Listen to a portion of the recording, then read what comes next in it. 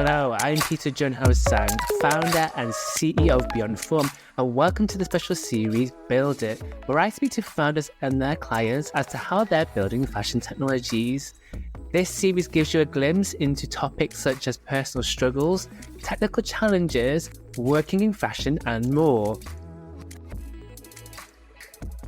So there we have it, the end of the Build It series, where we unpacked many innovations and startups and their clients as to how they're building out their fashion tech solutions. So I just wanted to finish off this series by recapping my top 5 key takeaways from all of the guest interviews that we've had in this particular series. We've had a variety of guest speakers ranging everything from manufacturing through to fashion designers, through to fashion technologists, people from inside and outside of the fashion space. And it has created a whole melting pot of all of these different themes, which I've just found so fascinating and interesting. The fact that our guest speakers have been from all over the world as well has given a different perspective as to how things are being done differently in different parts of the world. So let me get started with key takeaway number 1. We heard from Abdul, CEO of WeMetrics, and his 2 clients at AM Group and also Shakam Industries. And the key takeaway that I took from this was actually Pakistan is a gold mine for manufacturing, a burgeoning location for Western brands and non-Western brands as well. But the fact that these factories are being boosted by data by solutions such as WeMetrics, giving the fashion brand or the fashion manufacturer very key granular detail as to what's happening in their factories and therefore seeing how they can optimize it. What does this mean? It means that you can get more productivity, you can get more efficiency, and ultimately making better profit margins for the fashion brands. That this means that manufacturer can pass on this advantage to them. However, we also heard from Shahad Butt, who is from Shakam Industry. It's not necessarily just one stakeholder that is required to make the supply chain and the manufacturing industry more sustainable or more optimized or more modern, but it will take a variety of collaborations to make that happen. It's about working hand in hand with them. So my key action point for any listeners that are potentially looking for new manufacturing facilities, go to Pakistan, go to the manufacturers that are boosted by data solutions such as WeMetrics so that you can understand what's happening in these factories and ultimately be less scared with working with manufacturers in this location. Key takeaway number 2, we heard from Brian, who is the CEO of New York Culture Club, based of course in New York, as the name suggests, with his fashion IoT solution. My key takeaway actually here is less about the company itself, but him as an entrepreneur and what we need to do as entrepreneurs. We heard how he got scammed trying to finance his fashion tech startup. And unfortunately, he took a loan, or what he thought was a loan, but turned out to be a scam, and he advanced that loan as well. A key takeaway from this episode and his story is, of course, yes, do your due diligence.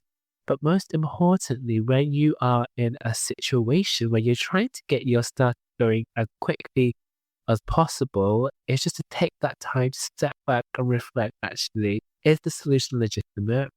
Who can I draw upon in terms of advisors to see, okay, does this solution seem the right path to go in? And what he talked about there in the episode is, okay, if you are in a situation as an entrepreneur that is not favorable and things do go wrong, instead of making a big hoo-ha about it publicly from the get-go, is just to decompress for however long you need, whether that's 2 days or 1 week, which he did. Reflect upon it and think, okay, what learnings can I take from this to build myself as an entrepreneur? As entrepreneurs, we all make mistakes. That's a given. We're all trying to do a million things and then all the time. So how can we make sure that if we are in a position where it's been less fortunate, is how do we regulate our emotions and take something from it? Key takeaway number 2 there is to regulate yourself. Key takeaway number 3 takes us to the West Coast of the USA, where we heard from Chelsea, the CEO of Laundered, a repair platform. Now, she's been trying to raise for her fashion tech company over the last couple of months. And she told us the story of actually how old men in grey suits were not just getting her idea. Now, my key takeaway to this is the fact that there's nothing wrong with her idea or her startup, but it's about pitching to the right audience with a pitch deck that's suitable, but also thinking about actually, is my potential idea or story going to be received by these people in the way that I want it to be? And actually, are these people the right audience in the first place? She described in that episode actually how a lot of the investors that she approached gave her lip service. And we've all encountered this previously, where we get unsolicited, polite advice as to what they think they should be doing with the startup. But ultimately, this is just lip service. So key takeaway number 3 is, if you are fundraising, if you are pitching, think about, am I reaching to the right person in the right time and in the right context? Once you have all of that preparation and planning done, it's going to make your fundraising journey a lot more smoother.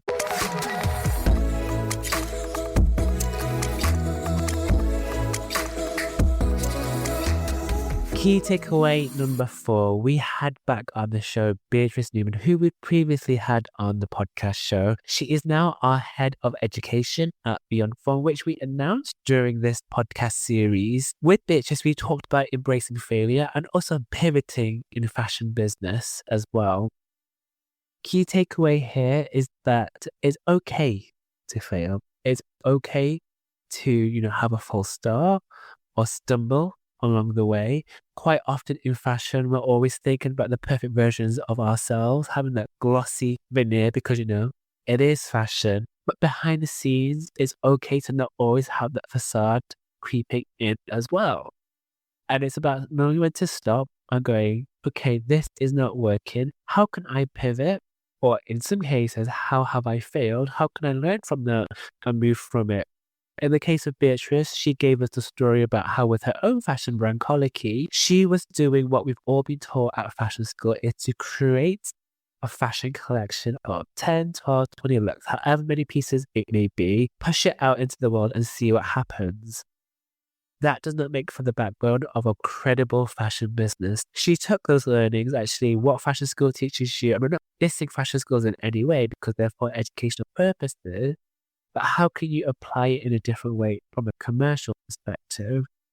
She pivoted her fashion business to be a lot more digital forward, speaking to her customers on social media, and ultimately going with a business model which allowed her to grow organically. Fashion business is not always going about as fast as possible, or even business in general. It's about taking your time and making sure that you know where you're heading with your business. And I always like to reference Nike, which was previously called Blue Ribbon. And if you've ever read Shoe Dog, you'll know that it took him quite a while to get Nike going off the ground and some of the struggles. What we see in the media, what we see PR-wise is normally the end point. And most founders don't tell you all of those battles that they go through to get to that end point. So it's about wearing your battle scars with pride, learning from it, and then moving forward with your fashion business or your entrepreneurial journey. And finally, key takeaway number 5. We had on the show Pritesh and his startup solution based in Seattle, AI Mirror, which is developing fit solutions and augmented reality virtual try-on. We learn here that data is super powerful.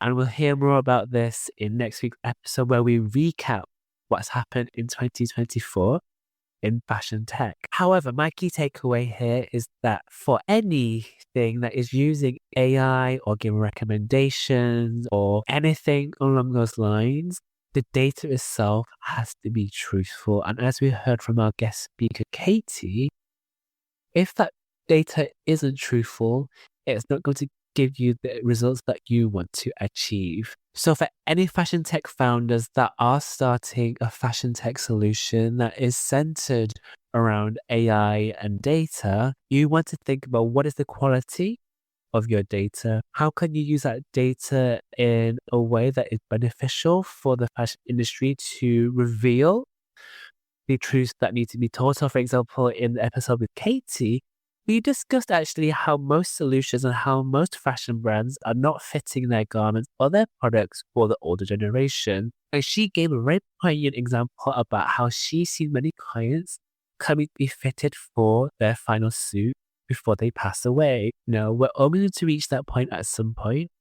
But in most cases, the way products are fitted at the moment and designed, it is for a fully able, very person in their younger days. So how do we cater for the older generations? And at the moment, there's a lot missing in terms of data, in terms of the way we do things in fit within fashion, how we design products. So you need to really make sure that we're not baking in those biases or those blind spots into our companies. So there you have it, my top 5 key takeaway from the Build It series. I hope you enjoyed this series. I'd be really interested to know which parts you did like, which you didn't like. If you have any feedback, please do email us at podcast@beyondform.io. On next week's episode, we will be recapping what's happened in 2024, and we'll be launching a new series in 2025 very, very soon. Thanks for listening. Don't forget to click follow to keep up to date with the latest episodes. And if you like this episode, please give us a review. If you want us to feature a specific theme or guest, please give us a message at beyondform.io. I will see you very soon.